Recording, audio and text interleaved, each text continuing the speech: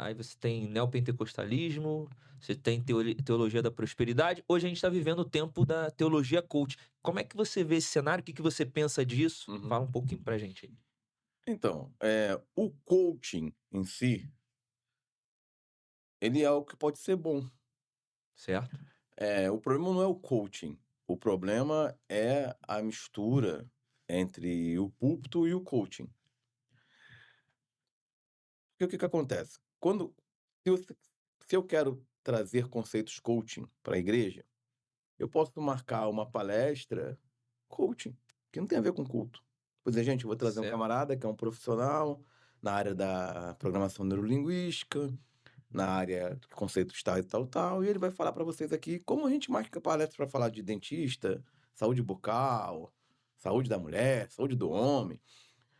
Quando você traz para o culto, aí gera um problema, porque esse pastor que é coaching, o que que ele vai fazer? Ele vai fazer uma exegese do texto e uma hermenêutica do texto, trazendo os conceitos. E quase sempre, até porque, geralmente não é o cara que é o exegeta mesmo, ele vai distorcer o texto. Aí o que que acontece? Você tem um evangelho que você tem textos que dizem uma coisa e a pessoa vem e diz uma outra coisa porque ela quer encaixar, vitória, sucesso e poder e aquela linguagem em toda a Bíblia. Aí você confunde o que que a Bíblia diz sobre um assunto com o que que uma determinada teoria coaching diz. Certo. Então eu vejo de maneira muito, muito negativa. E não é só isso, tem uma outra questão que é a seguinte, ou o cara ou ele é, no sentido assim, de exercer, tá? Alguém pode ser pastor consagrado e ser coaching. Mas assim, ou você é pastor, como é que você vai pastorear e ser coach ao mesmo tempo?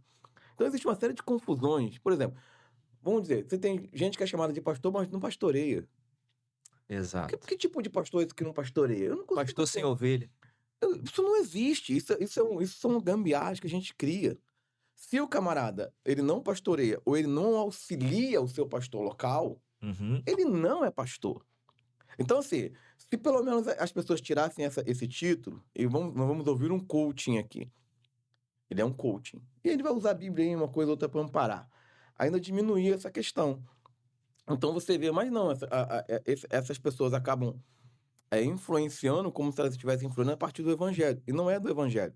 Elas estão usando uma base principal, que é o coaching, e a Bíblia está de amparo, a Bíblia está de muleta, a Bíblia está de vagão, né, ela não é locomotiva.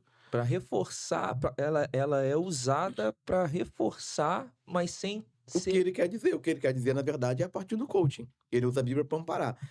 Se ele usasse a Bíblia sempre para amparar de maneira correta, ainda seria menos problemático. O problema é que. Aí, por a exemplo, distorção. o cara que é pastor e coaching, você pega o ano todo ele pregando. Quantas vezes ele pregou salvação? Nenhuma. Quantas vezes ele pregou batismo com o Espírito Santo? Nenhuma. Quantas vezes ele pregou a volta de Jesus? Nenhum. Então ele não é pastor. Ele não é Perfeito, pastor. não é pastor. Não é pastor.